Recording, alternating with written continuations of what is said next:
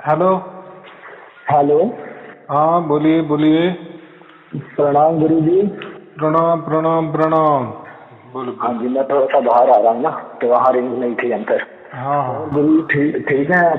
बस बहुत बढ़िया, बहुत आनंद में आप। गुरु जी मैं ना सत्संग सुनता हूँ आपके।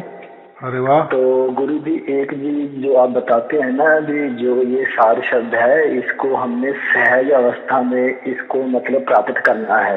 हाँ हाँ। तो वो जो सहज अवस्था आप बताते हैं, तो मतलब भी किस तरीके से मतलब सहज होना है, ये नहीं मैं समझ पा रहा हूँ।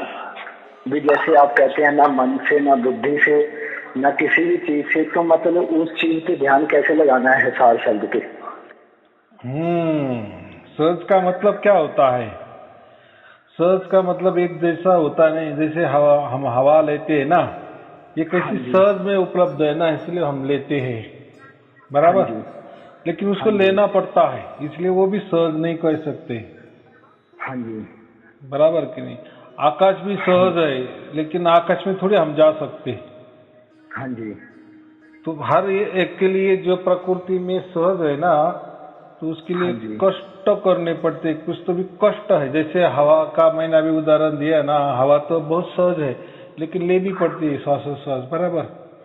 या हाँ आकाश जी। भी बहुत सहज है, उपलब्ध है, लेकिन आकाश के नीचे रहना पड़ेगा। हाँ जी। और आकाश तो सभी जगह है, फिर कैसा समझना कि हम आकाश के नीचे? मतलब हाँ जी। कष्ट वाला ही है। और जो भी प्रकृति में है ना, वो भी नष्ट होने वाला ही है, तो उसको भी कबीर साहब ने सहज नहीं कहा। सहज माने हाँ उनका जी। मतलब ऐसा है कि जो हम प्रकृति से परमात्मा प्राप्ति की कोशिश करते हैं ना, किसी हाँ गुरु जी। द्वारा, फिर गुरु कोई मंत्र देता है, तंत्र देता है, कहीं जाप देता है, हाँ। जपा देता है, या कहीं ध्यान करने को कहता है, हाँ कोई जी। विधि बताता है, हाँ जी। हाँ जी। तो ये गुरु लोग करते हैं ना। या कोई बड़े हाँ बड़े जी। संस्था है, वो भी तरकीब बताते हैं। हाँ तो जी। धर्म भी परमात्मा प्राप्ति करने के बहुत सारे तरकीब बताते हैं, कोई नाम देते हाँ जी। हैं। हाँ जी। पंथ भी वैसे ही करते हैं, हर हाँ संस्था जी। वैसी करते हैं, हर गुरु गद्दी, गुरु प्रणाली, गुरु परंपराएं, या ऐसा ही हाँ जी। चलता है। मतलब ऐसा है, या हम स्वयं से कोई धर्म ग्रंथ का अभ्यास करते हैं, कोई मंत्र तंत्र निकालते हैं, या साधना निकालते करने को करते हैं, या यहाँ वहां हाँ से जी। कोई सुनाई सुनते हैं किसी का, वैसे करने की कोशिश करते। माने ये संसार में हाँ गुरु के जी। द्वारा, या धर्म के द्वारा, या पंथ के द्वारा परमात्मा प्राप्ति के बहुत सारे साधन उपलब्ध है, बहुत सारे मार्ग है। हाँ जी। लेकिन आज तक इसी साधन से परमात्मा को किसी ने भी प्राप्त नहीं किया। हाँ जी। ये सबका अनुभव है। हाँ बहुत जी। सारे लोग बोलते हैं ना, हम 50 50 60 60 साल से किसी संस्था में थे, 3 3 4 हाँ 4 जी। घंटे ध्यान करते थे। ध्यान हाँ में क्या जी। है, आज ये दिखा तो कल वो दिखा, तो कान दबाने से ये सुना तो कभी ये सुना। हाँ कान जी। खुले कर दिए, आवाज भी हाँ गया, जी। या हाँ आँख जी। खुली कर दी, जो दिखना है वो भी हाँ जी। बंद। हाँ तो जी। ये यानी ऐसा समझो कि प्रकृति में जो भी लाखों प्रकार के फंडे हैं या तौर तरीके हैं परमात्मा प्राप्ति करने के, हाँ उसमें जी। किसी को भी परमात्मा मिला ही नहीं। हाँ हाँ, जी। हाँ ऐसे जी। बोल देते हैं, हाँ मुझे मिला, या मैं उस हाँ मार्ग जी। में हूँ, या हाँ मिलेगा, जी। यही आशय से, आशा बोलते हैं ना, होगा हाँ जी। कभी ना कभी मिलेगा। बस इसी हाँ तरह से जी। पीढ़ियां पीढ़ियां दर पीढ़ी हमारी खपती जा रही है, लेकिन किसी को नहीं मिला। बराबर। हाँ जी। तो कबीर साहब ने सहज इसको नहीं कहा है, हाँ सहज जी। इसको कहा है कि वो परमात्मा स्वयमेव हमें प्राप्त करता है। हम हाँ नहीं जी। प्राप्त कर सकते परमात्मा को, आए समझ हाँ में? जी। क्योंकि हाँ जी गुरु जी। प्रकृति में कुछ भी सहज नहीं होता। उसके लिए हाँ जी गुरु जी। हाँ थोड़े जी के है ना गुरु जी मैं। कष्ट करने पड़ते हैं, हाँ कष्ट जी। हाँ जी करने पड़ते हैं। हाँ गुरु जी जैसे आपका ना मैंने सत्संग सुना था ना, उसमें जैसे आपने कहा था जो परमात्मा है वो खुद हमें मतलब अपनी तरफ खींचता है। प्राप्त ठीक करता है है, ना गुरु? हमको प्राप्त करता है वो। हाँ। हाँ जी हमको प्राप्त करता है। तो गुरु जी जो जो परमात्मा तो हमको प्राप्त कर रहा है, लेकिन हमको उसमें शामिल कैसे होना है, उसमें हाँ। मतलब कैसे विलीन होना है, मन कैसे करें गुरु जी? आंखें खोल के बराबर। करें कि देखो, बैठ के करें? सहज में ही, सहज माने ही तो सब कुछ सहज में ही होने चाहिए ना। तो आप जो बोले ना कि हम कैसे ध्यान करें, फिर कैसा मंत्र जपे या क्या क्रिया करें, देखो सहज का मतलब ये होता ही नहीं है, यानी कुछ भी करना नहीं, यही सहज है। अगर हम सहज होंगे ना, सहज माने अभी मैंने क्या कहा, प्रकृति में जितने भी हजारों लाखों फंडे है, तौर तरीके है परमात्मा प्राप्ति के, उसमें जाना ही नहीं, या वह सब निकाल देना, या जो भी हमने कचरा भरा है ना मस्तिष्क में, उसको स्टॉप करना। क्योंकि आपने बता रहे हैं ना कि आपने ये आपके सत्संग में मैंने सारा सुना हुआ है, और आपने जो मतलब वो धुन जो सार शब्द की बताई थी ना गुरुजी, जो अपने हेडफोन से ही सुनना है, तो वो जो धुन है ना वो मेरे को सच्चाई लगती है। क्योंकि ना जब मैं मतलब ब्रह्म अंदर से आगे है ना, थोड़ा सा मैं हर वक्त मतलब ऐसे सोचता हूँ ना, उसकी तरफ ध्यान नहीं लगाता हूँ सहज ही, जैसे मैं पक्के के नीचे बैठ जाऊं या हवा के नीचे कोई हवा आ रही है, तो मेरे को वही धुन मेरे को नजर आती है, अंदर भी बाहर भी महसूस होती है। तो जैसे पक्का चलता है उसकी आवाज कैसी होती है, लेकिन उस पक्के की आवाज में से भी वो मेरे को धुन मतलब ऐसे लगता है कि बाहर भी है धुन, अंदर भी है। तो लेकिन है ना गुरुजी ना 2-4 दिन से तो मतलब ऐसे में कर रहा था, मेरे को बहुत जो आपने ज्ञान बताया बहुत सटीक है, जो मेरी आत्मा को लगा यही सत्य है। लेकिन आपने एक चीज बोली है ना कि सहज रहना है, मतलब आपने कुछ नहीं करना है, तो मतलब वो चीज नहीं मैं समझ में पा रहा हूँ, उसमें मतलब कैसे विलीन होना है, उसमें हमें कैसे शामिल होना है उस परमात्मा में कैसे। आया मैम, आपका सवाल मुझे पूरी तरह से समझ में आया है। तो देखो सहज प्राप्ति के लिए हमें भी सहज होना पड़ता है। सहज होना माने ये कुछ भी नहीं करना, ना मंत्र जपना, ना ध्यान में बैठना, ना ध्यान में कहीं टिकाना, या कोई शांत स्थली बैठना, या कान दबाना, या आग दबाना, या नहीं भी दबाना, यानी परमात्मा के बारे में कुछ विचार ही नहीं करना, इसको असहज अवस्था बोलते। तो फिर क्या करना फिर क्या करना, तो यही करना। गुरु जी सोचना भी नहीं है, कुछ नहीं, कुछ नहीं। कब तक जब आप मेरे पूरे वीडियो जो ऑनलाइन, जिसमें इंग्लिश में ऑनलाइन लिखा हुआ है, या मैंने आपको कोई लिंक भेजी होगी ऑनलाइन वाली, वो पूरे के पूरे सुनते रहना जब तक वो खत्म नहीं होते, बराबर। तो ये सुनते सुनते, अभी सुनने में क्या है, वो तो कोई आपको करने को मैंने कहा ही नहीं ना, कोई विचार ही करना नहीं, सिर्फ सुनते जाना। तो ये क्या होता है सुनने से, ये जो मैंने ऑनलाइन वाले वीडियो निकाले हैं ना, तो देखो एक जो भी मेरे सामने, जैसे आप अभी है ना, तो आप अपने अनुभव बता रहे हैं या आपके सवाल कर रहे हैं, तो मैं जिसको भी लिंक भेजता हूँ ना, तो उसमें क्या कहता हूँ कि ये पूरे के पूरे वीडियो पहले देखो और फिर ही मुझे फोन करो, बराबर। तो अभी ये तरीका क्या है, ऐसा कैसा क्या और परमात्मा कैसा प्राप्त होगा सुनने से। तो ये जो सुनने में जो हम है ना, 2 जन की बातें होती है मेरे सामने, जैसे आप है वैसे बहुत सारे लोग होते हैं, और मैं बातचीत करता हूँ, तो वो बातचीत, एक तो पहली बात वो मुझे फोन कब करता है, वो पूरे ऑनलाइन वाले वीडियो सब पूरी तरह से सुन लेता है, और सुनते सुनते उसको जब परमात्मा की प्राप्ति होती है, मैंने क्या कहा, हमको नहीं, हमारे से नहीं परमात्मा प्राप्त, वो खुद से जब परमात्मा उसको प्राप्त कर लेता है और उसकी अनुभूति आने लगती है, 24 घंटे वो धुन उसको ऑटोमेटिक आने लगती है, तब वो मुझे फोन करता है कि आपने जो जैसे बताए मैंने वैसा ही किया, मैं तो क्या बताए, और इसमें क्या हो गया, ऐसा क्या बता दिए, या ऐसा क्या हो गया कि उसको परमात्मा राजी खुशी से चले आया और हमको प्राप्त किए।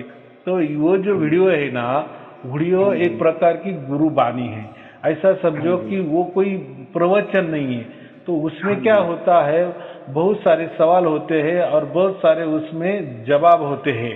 तो ये जब हम सवाल जवाब सुनते हैं ना, तब हमारे भी उसमें सवाल आ जाते हैं और हमको उसके ये मिल जाते, जवाब मिल जाते। तो उससे क्या होता है, जो संशय है ना हमारा, जो संशय भरे है, तो ये संशय भी कहाँ से आए, तो हमने जब तक हमारी जीवन में बहुत सारे 5-25 गुरु किए, बराबर, बड़े बड़ी संस्था में गए, वहाँ के प्रवचन सुने, या कोई पुस्तकें खरीद के लाए, संस्था के हो या कोई धर्म के हो या कोई गुरु प्रणाली वाले होते हैं ना, उनके भी उन्होंने कोई ग्रंथ किए होते हैं ना, वो भी हम लाते हैं और पढ़ते हैं। या कोई धर्म ग्रंथ भी पढ़े हैं, कई धर्म का अभ्यास किए, पंथ का अभ्यास किए, या हमने खुद की स्वयं में कुछ खुद निकाले या साधना, उसका हम खुद अभ्यास करते हैं। या खुद हम कोई सर्च करते हैं कि कोई मंत्र इससे परमात्मा प्राप्त होगा, उससे परमात्मा, तो साधना भी ये करते हैं, यानी साधना भी हमारे अंदर उतारने की कोशिश करते हैं। कोई मंत्र का जाप जपा प्राणायाम से, या कोई कुंडलिनी जागृति बोले, तो ये इतना कचरा हमने दिमाग में बैठ लिया है ना, जब तक वो खाली नहीं होता ना, जब वो खाली हो जाता है उसको सहज अवस्था बोलते हैं। पूरी तरह शून्य हो जाना उसको। तो ये शून्य कैसा होता है? तो यही जो प्रवचन है ना, जैसे जैसे हम सुनते हैं ना, तो हर एक सवाल का हमको जवाब मिल जाता है। अभी आप बोलेंगे सवाल, तो ठीक है, कुछ सवाल आपको पैदा हुई बराबर, लेकिन आगे जाकर अगर ये सवाल का जवाब भी मिल गया ना, तो आगे जाके और आपके संशय गाढ़े हो जाते हैं। यानी ऐसा समझो कि एक सवाल का आपको एक जवाब मिल गया ना, तो जवाब मिल तो जाता है, लेकिन और 10 सवाल खड़े हो जाते हैं। नहीं तो क्या होता है, इससे फिर आगे वाले जैसे आप प्रवचन सुनते हैं ना, फिर वो जो नए 10 सवाल पैदा हुए ना, उसके भी जवाब हमें मिलने जाते। फिर एक टाइम ऐसा आ जाता है कि हमारे मन में कोई संशय नहीं रहते, पूरी तरह हम जीरो बच जाते। फिर परमात्मा को जगह मिल जाती है और वो आपे आप हमारे अंदर आ जाता है। ये तरकीब है एक प्रकार की। हाँ, मैं ठीक है। मैं पता क्या, मैं यही सोच रहा था, क्योंकि आपके पास है ना इतने फोन आते हैं ना, मैंने ना मतलब सोच विचार करके लगाया। मैंने कहा गुरु जी के पास बहुत फोन आते हैं, तो मैंने कहा चलो आज मैं कर ही लेता हूँ, क्योंकि थोड़ी सी ना मेरे मन में गुरु जी आ रही थी। एक गुरु जी, जैसे ना मैं नशा करता हूँ, जर्दा खाता हूँ, तम्बाकू और कुछ नहीं मैं खाता हूँ, तो इसको भी गुरु जी मेरे को छोड़ना पड़ेगा ना? देखो, हमारे यहाँ जब तक आपको, हमारा टैगलाइन क्या है, टैगलाइन कि पहले जानो फिर मानो, बराबर। अगर आपको समझो आपको परमात्मा मिला ही नहीं, तो आप पहले से ही सब कुछ ये कर रहे हैं कि मुझे कोई दीक्षा दे दो, मुझे आपका शिष्य बना लो, मुझे कोई बंधने डाल दो, या मैं कैसा रहूं उसके बारे में कुछ बताओ, बराबर। ये बंधन है। अरे भाई, आपको अगर परमात्मा मिला ही नहीं, तो पहले से आप कैसे क्या बंधन में डाल रहे हो? हाँ जी, सही कहा। आपको नौकरी नहीं लग गई तो आप नौकरी का ड्रेस भी पहन के सुबह 7 बजे फैक्ट्री के सामने खड़े हो गए, ये कैसा? आप बोलेंगे मैं आपका सबका ड्रेस ऐसा ही है। अरे ऐसा नहीं होता, वो प्रोसेस होती है, कुछ के सीखना पड़ता है। आप अगर सीखे हुए हो तो आप फिर एप्लीकेशन कर सकते हैं, या फैक्ट्री के सामने खड़े हो सकते हैं। फिर फैक्ट्री में जितना नियम वगैरह है वो पालो। आप फैक्ट्री में नौकरी लगी नहीं तो आप बिगड़ लगे, आप भी करने लगे, तो ऐसा नहीं। तो ये जो फंडे है ना, ये बाकी गुरु लोगों के हैं, जिनको कोई मंत्र देना होता है। देखो, गुरु क्यों करते हैं हम? तो गुरु क्या करता है? गुरु कोई परमात्मा आपको दिखाता है क्या? कोई लखाता है क्या? वो गुरु का मालूमात देता है, अपना जो परमात्मा के बारे में मालूमात देता है, माहिती देता है, उसमें ज्ञान चर्चा ही बताता है, कोई वो हाथ में नहीं देता। दूसरी बात, वो कुछ तो भी आपको देता है, जैसा कोई मंत्र देता है, कोई ध्यान साधना बताता है, कोई साधना बताता है, कोई क्रिया बताता है, फिर जाप समझो, अजपा समझो, प्राणायाम समझो। तो ये बातें वो देता है ना, और उसके लिए आपको उसको गुरु करना पड़ता है, बराबर। गुरु जी, एक माता जी थी, उनकी ना आपसे बात हुई थी, आपने वीडियो डाली हुई है, आपकी है वीडियो, तो वो ना उनसे मेरी थोड़े दिनों पहले बात हुई थी। मैंने कहा माता जी आपके ही शिष्य होंगी, तो मैंने उन्होंने ना जी की शरण में गई हुई है, उनको उन्होंने मतलब गुरु अपनाया है। वो कहती है, वो जो सार शब्द है ना, गुरु लखाते हैं, वो उसी समय लखवाते हैं जब वो गुरु जी उनको बुलाते हैं। तो मैंने उन माता से पूछा, मैंने कहा माता जी पहले तो आप ये गुरु जी से पास आपने मतलब ज्ञान गुण लिया था, तो कहती ये तो बहुत पुरानी बात है, लेकिन तो लेकिन जो आपने जो धुन भेजी थी ना गुरु जी, वो मेरे को मतलब ये धुन में पहले भी मेरे को कभी, लेकिन हम नहीं परख पाते थे कि ये क्या है। हम तो ऐसे सोचते थे ऐसे ही है ये, लेकिन रियलिटी वो है अंदर, हमारे अंदर भी है बाहर भी है वो। उसकी देखो मतलब वो नहीं है जो आपने भेजी थी, मतलब उससे मतलब अलग ही है, लेकिन है वही चीज। हाँ, तो क्या है, देखो मैं जो कहता हूँ ना कि जो परमात्मा की जो धुन होती है ना, वो एक रस, एक ताल, एक लय और एक सुर में होती है, अखंड होती है, निरंतर होती है।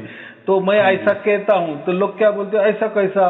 अगर हमने समझो कोई राम राम की धुन बजे तो र से शुरू हो गई और म से खत्म हो गई, ये कैसे अखंड हो गई, निरंतर हो गई?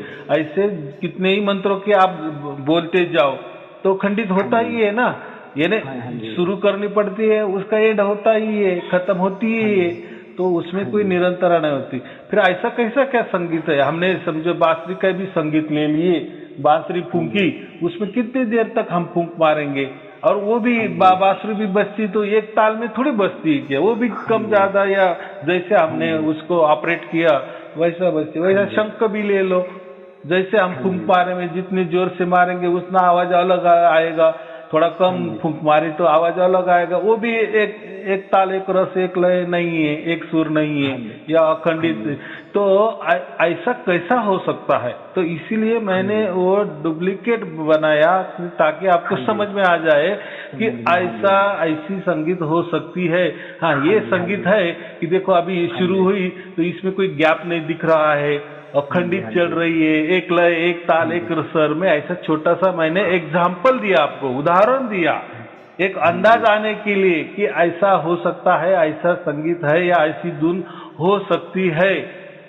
बराबर, इसको ही अखंडित बोलते हैं और ये निरंतर बोलते हैं। तो ये एग्जाम्पल के लिए मैंने वो डुप्लीकेट बनाई, बाकी कुछ नहीं। अभी ये क्या हो गया, ऐसी की ऐसी आपके अंदर में ही बजने लगी तो एक योगा योग हो गया। बराबर, मैंने कोई अंदर वाली ऐसी है ऐसा नहीं किया।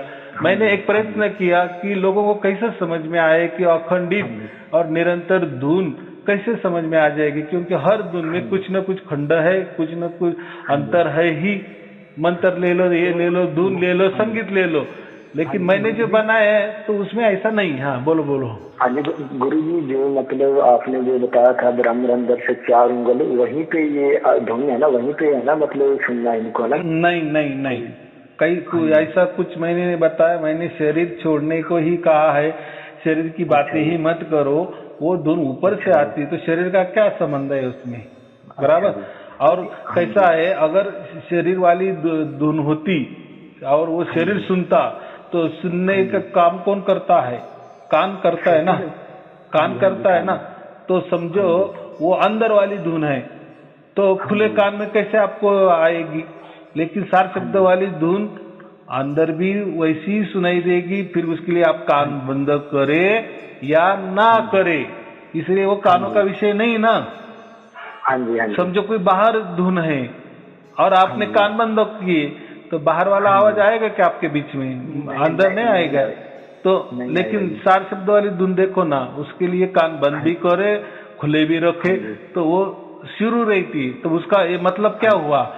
वो कानों का विषय बिल्कुल नहीं है।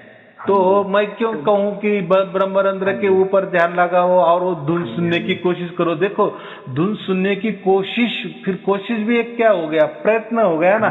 और वो भी हमारे तरफ से हो गया, हमारे शरीर के तरफ से हो गया या हमारे मन के तरफ से हो गया।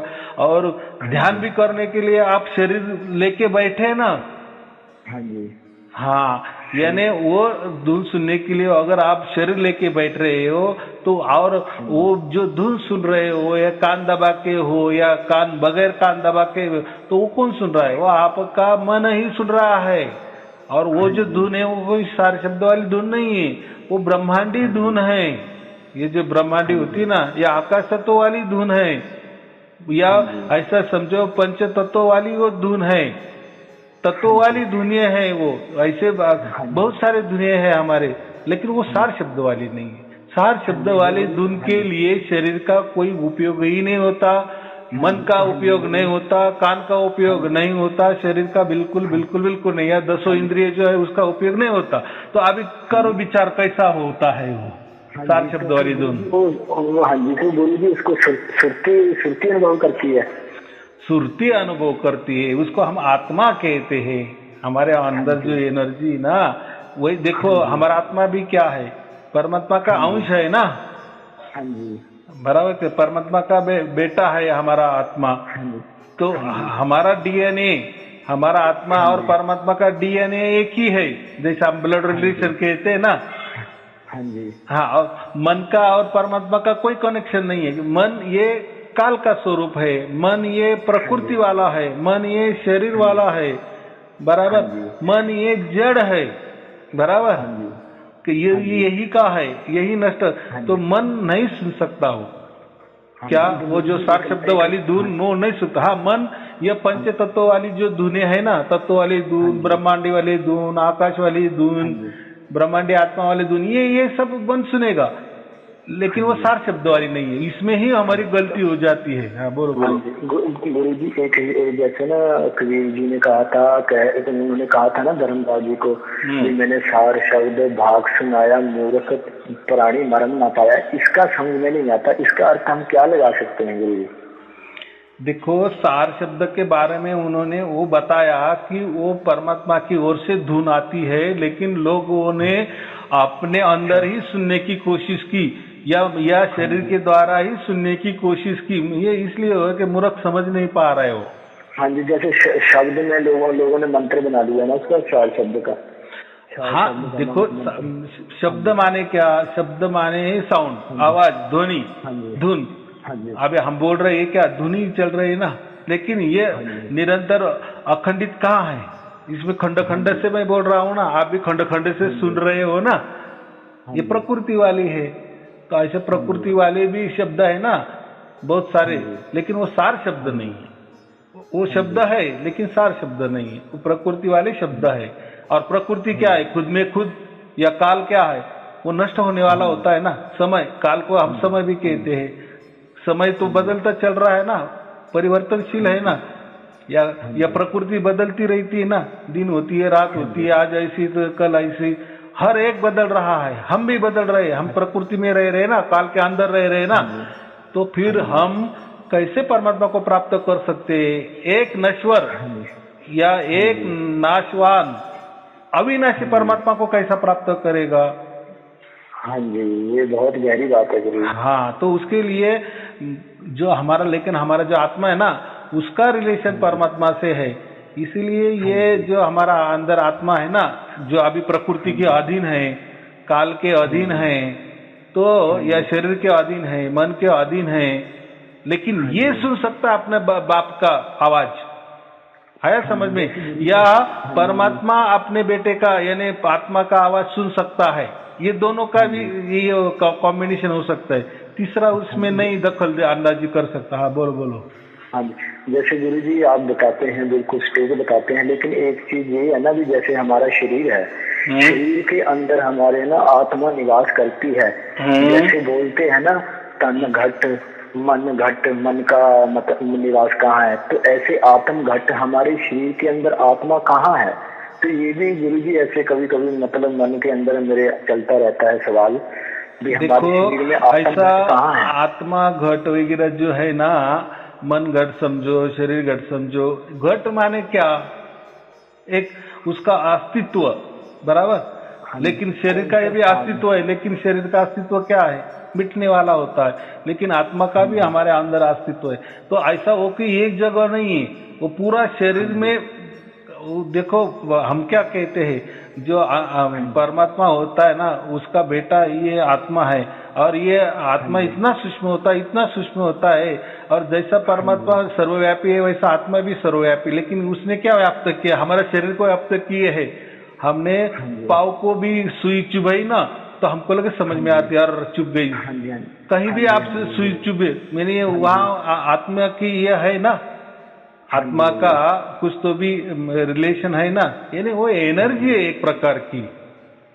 तो ऐसा कोई उसका ठिकाना नहीं है। हाँ जी, जैसे गुरु जी अधर में आपने सत्संग में कुछ बताया था अधर के बारे में, तो गुरु जी ये जो अधर स्थान है, ये भी मैं समझ में नहीं पा रहा हूँ। ये ऊपर है, जैसा सूरज हमारे ऊपर है ना, तो वो सूरज को भी बनाने वाला वो ये सबसे ऊपर वो स्थान होता है, उसको नवतम सुरति बोलते हैं। तो वो उसमें नहीं जाना, वो क्या फिर हम उसको थोड़ी दृष्टि लगाएंगे या कोई उपग्रह लेके जाएंगे या कोई अग्निबाण से हम जाएंगे, तो वहां जाना नहीं पड़ता। जैसे अभी आपने मुझे फोन लगाए तो आप थोड़ी मेरे नासिक में आ गए, या आप जहाँ से भी बोल रहे हैं मैं थोड़ी वहां आया, लेकिन हमारा जुड़ा हो गया ना। अभी आपको अभी ठीक है, आपको मालूम है कि तो आपने महाराष्ट्र में फोन लगाया, बराबर, आपको चलो ठिकाना मालूम हो गया, लेकिन आप मुझे बोल रहे, मुझे मालूम नहीं आपने कहाँ से फोन लगाया, और मैं जानने की कोशिश भी नहीं करता आपका, तो मैंने नाम भी नहीं पूछा और पूछने भी की क्या जरूरत है। तो ये ऐसा हो गया ना, तो ये हो गया फोन का जरिया। तो आपका समझो फोन परमात्मा है और मेरा फोन आत्मा है, बराबर। फोन से ही फोन लगाएगा ना, फोन से तो आपका टीवी तो चालू नहीं होगा। मैंने इधर फोन पे बोल रहा हूँ और आपका टीवी चालू हो गया, नहीं चालू हो गया। आप मैंने यहाँ से बोला तो आपका मोबाइल ही चालू हो गया, यानी कनेक्शन क्या है हमारा, एक कनेक्शन है ना। तो मोबाइल की भाषा मोबाइल ही जानता है, बराबर, मोबाइल से मोबाइल ही लगाया जा सकता है। तो ऐसे ही हमारी आत्मा की जो पुकार है, हमारे अंदर भी आत्मा है, तो उसकी भी एक आवाज है, बराबर, वो भी सूक्ष्मतम आवाज है। वो अगर हम सुनने की कोशिश किए ना, ऐसे ही सहज में सुनने की कोशिश करना, उसके लिए कान नहीं दबाना, बस ऐसी सहज सुनने की कोशिश करना। फिर वो कभी आएगी, कभी नहीं आएगी, कभी आएगी, कभी नहीं आएगी, फिर ऐसे करते करते करते उसका दायरा बढ़ता जाएगा। यानी वो जो हम हमारे आत्मा की धुन सुनते हैं ना सहज में, यानी जागृति में, कोई उसके लिए बैठना नहीं, कोई ध्यान करने की जरूरत है, आंख बंद करने की जरूरत है, कान बंद करने की जरूरत नहीं, या कोई शरीर लेके बैठना नहीं है, शांत स्थली भी नहीं, कुछ नहीं, काम करते करते थोड़ा सुनने की कोशिश करना, ऐसा आवाज आ रहा है क्या, ऐसा आवाज आ रहा है क्या, बस ऐसा ऐसा करते करते यही आवाज हमारी पुकार बन जाती है। और यही पुकार किसको समझ में आ जाती है, परमात्मा को समझ में आ जाती है। वो परमात्मा भी एक शब्द स्वरूप है ना, परमात्मा भी एक आवाज है। फिर यही आवाज कहाँ से आई ये समझता है परमात्मा को, फिर वो हमें खींचने को आता है, अरे मेरा बच्चा मेरे लिए तड़प रहा है, मेरे लिए पुकार रहा है, चलो। जैसे अभी आप समझो आत्मा है, आपने मुझे फोन लगाया, आपने लगाया ना मुझे फोन, मैंने नहीं लगाया आपको, आपने लगाया, बराबर, तो मुझे रिंग आ गई, बराबर, और फिर मैंने उठाया, जैसे ही उठाया तो हमारा जुड़ा हो गया ना। लेकिन जब तक मैं नहीं उठाता तब तक आप बारंबार फोन करते रहेंगे, मेरी इच्छा, मैं उठाना नहीं उठाना, बराबर कि नहीं, यानी परमात्मा की इच्छा। वैसे ही पहले आत्मा की पुकार करनी चाहिए। वैसे आपने समझे मोबाइल मुझे लगाया, रिंग तो जा रही है, आपको समझ में आ रही है, मेरी रिंग तो इनके मोबाइल में जा रही है, लेकिन ये नहीं उठा रहे।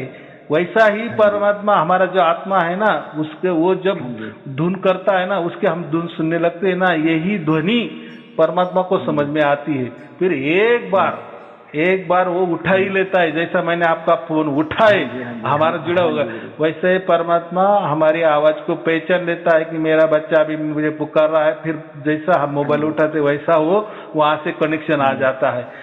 फिर परमात्मा कोई हमारे यहाँ तक शरीर तक नहीं आता, जैसा आप मेरे यहाँ तक नहीं आए, नासिक में नहीं आए, बराबर कि नहीं। ये जैसा हम मोबाइल से समझ सकते हैं वैसा ही वो ये है, तो वैसी उसकी रेंज है समझो। तो फिर उसका जो आप बोले ना अदर ठिकाना कहाँ है, तो क्या करना है अदर ठिकाना, हमारा जुड़ा हो गया ना आत्मा परमात्मा का, बस ये बात होती है। हाँ जी गुरु जी, एक चीज हो रहा है जो ना मन के अंदर ये भी संशय डालता है कि जब हमारी मृत्यु होगी तो जो ये शब्द है जो परमेश्वर परमात्मा है, जब इसमें हमारी पैच में डगामन हो जाएगी, जब हम शरीर छोड़ देंगे, उसके बाद की जो अवस्था है मरने के बाद की मोक्ष की अवस्था, क्या वो जैसे सकल लोग बताते हैं कबीर जी, ऐसे वहां पे हम निवास करेंगे उनके पास, क्या वहां भी कोई शरीर है या सूक्ष्म शरीर है या कुछ है? नहीं। देखो इसीलिए वो जो बाकी जो अवस्था होती है ना, तो उसके लिए हम अंदर से परमात्मा प्राप्ति की कोशिश करते हैं, बहुत सारी साधनाएं भी है, वो अंदर से भी जा सकते हैं, लेकिन अभी ये जो काल है ना अपना कलयुग का काल, वो काल उसके लिए योग्य नहीं है। पहले के जमाने में समझो सतयुग बोलो या त्रेता युग बोले, उस टाइम वो होता था, उस प्रोसेस से भी जाते होंगे वो, ऐसा लिखा है। सच में सच क्या झूठ क्या वो हमें भी मालूम नहीं है, लेकिन जाते थे लोग, अंदर से भी परमात्मा को प्राप्त तो कर सकते हैं। लेकिन वो इतनी कठिनाई, उसके लिए बहुत सारा हमारा बड़ा उम्र भी चाहिए उसके लिए। ये 100 बरस वाली तो उम्र तो बिल्कुल नहीं है। फिर उसके लिए वैसा गुरु भी चाहिए, उसके मार्गदर्शन अनुसार, फिर उसका वैसा स्थल भी चाहिए, गुफा वगैरह भी चाहिए, फिर वो उसका ज्ञान भी चाहिए, जैसे चक्र साधना करके एक एक चक्र उठा के फिर। लेकिन उसके लिए बहुत ऐसा समझो कि हजारों बरस भी लग जाते, तब वहाँ वो परमात्मा तक नहीं जाता।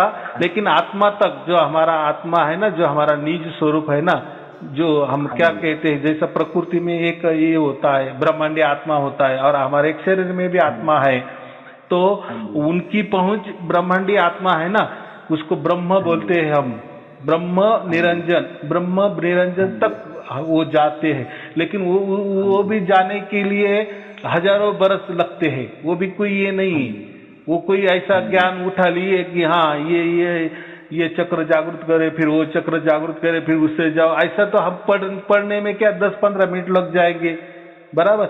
लेकिन पढ़ने से थोड़ी हो जाएंगे, इसके लिए वो प्रोसेसिंग करनी पड़ती है। और ये कलयुग में तो वो नामुमकिन ही है, उसका कभी सपने में भी ये नहीं करना।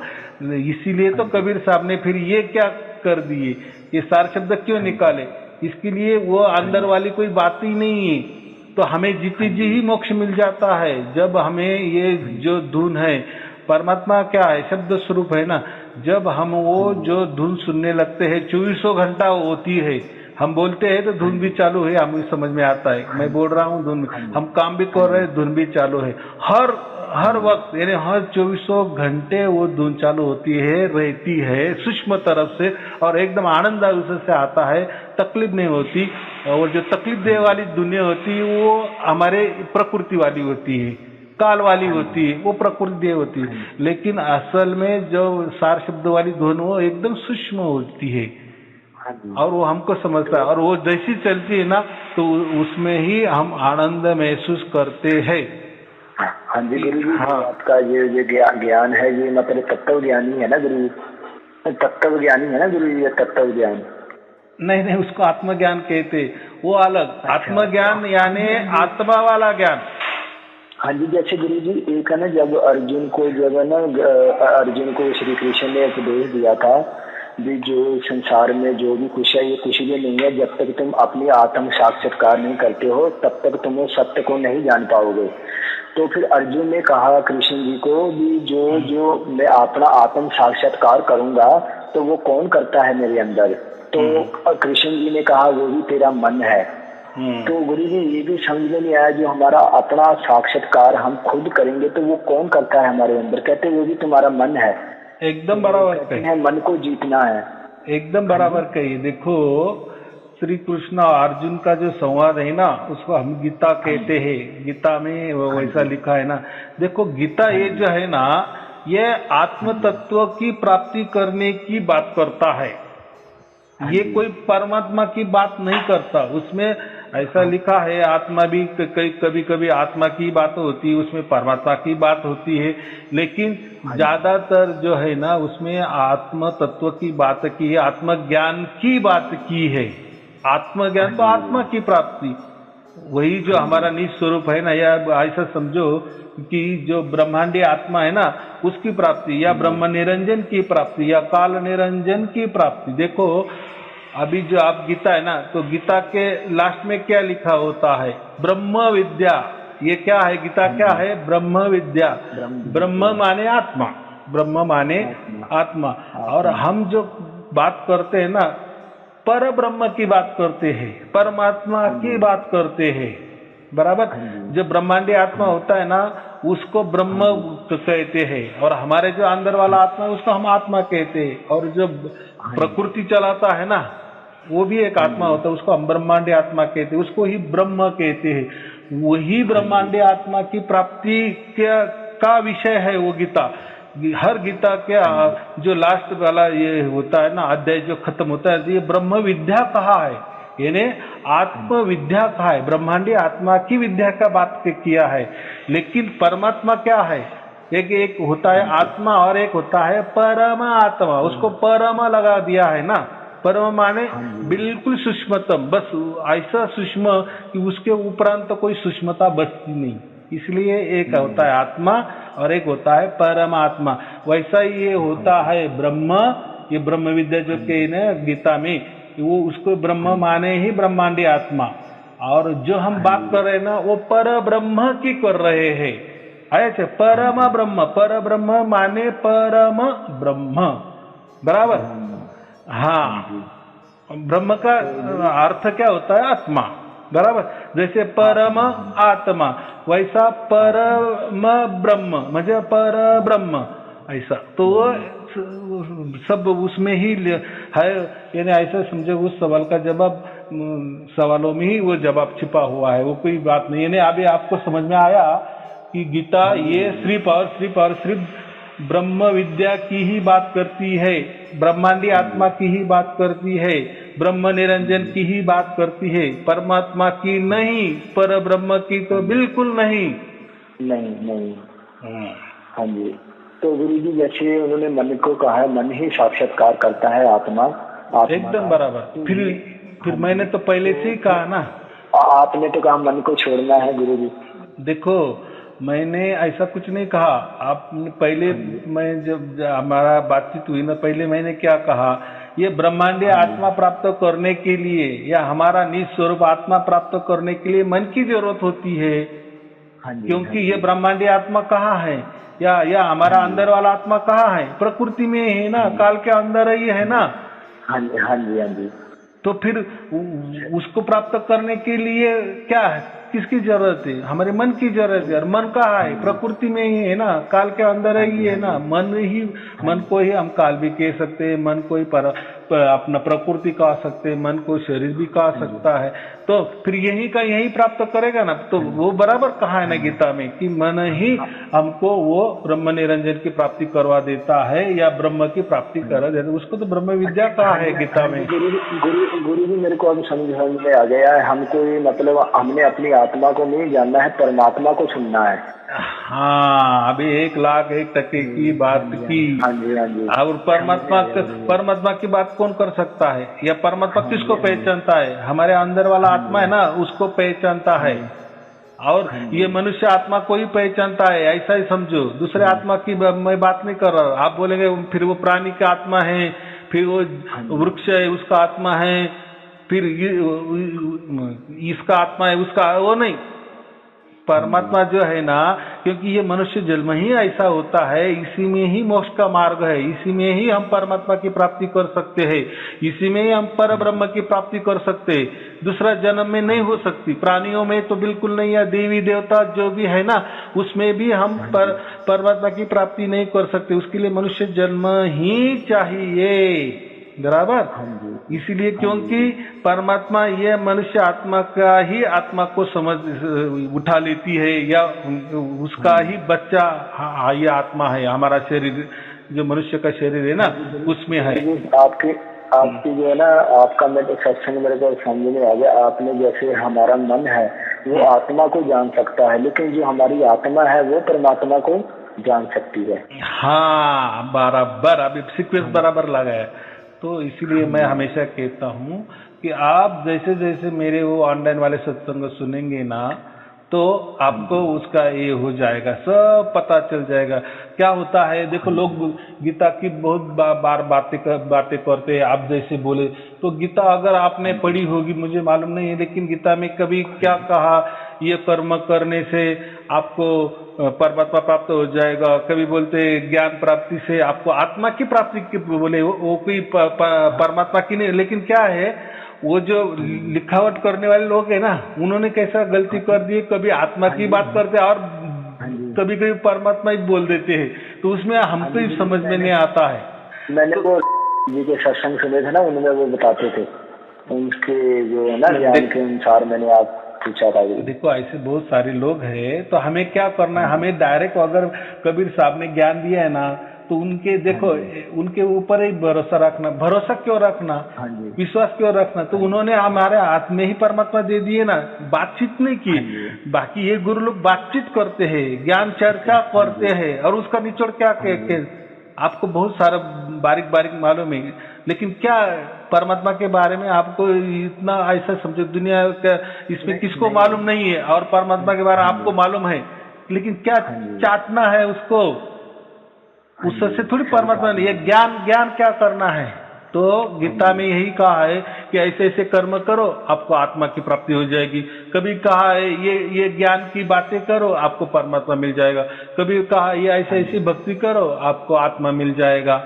तो ये वो भी ऐसा समझो कंफ्यूज में, कभी कहते हैं कि कर्म श्रेष्ठ उससे आत्मा मिलेगा, कभी ज्ञान श्रेष्ठ उससे आत्मा मिलेगा, कभी भक्ति श्रेष्ठ उससे आत्मा, कभी संन्यास कहते इसमें आत्मा मिलेगा। परमात्मा की बात नहीं करते वो, लेकिन आत्मा की तो भी बात करें, यानी वो ब्रह्मांडी आत्मा जो मैंने कहा ना, वो ब्रह्म विद्या, उसको कहा ही है, वो गीता को ब्रह्म विद्या ही कहा है।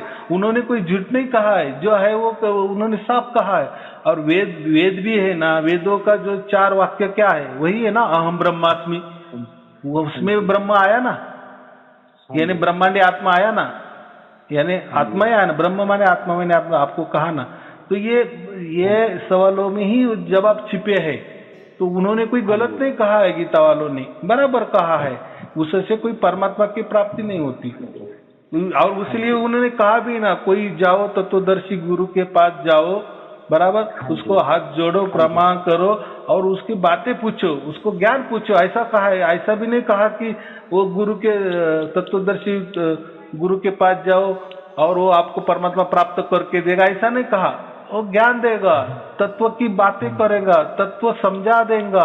अभी ये युद्ध का टाइम है हमारा, हम इसमें मैं इतना तत्व की बात नहीं कर सकता। वो तत्व वाले तत्व का ही बातें करने वाले वो अलग लोग होते, वो जाओ, वो उसको आपको बातें करेंगे, बराबर, लेकिन तत्व की बातें सुनकर आपको परमात्मा नहीं प्राप्त होगा।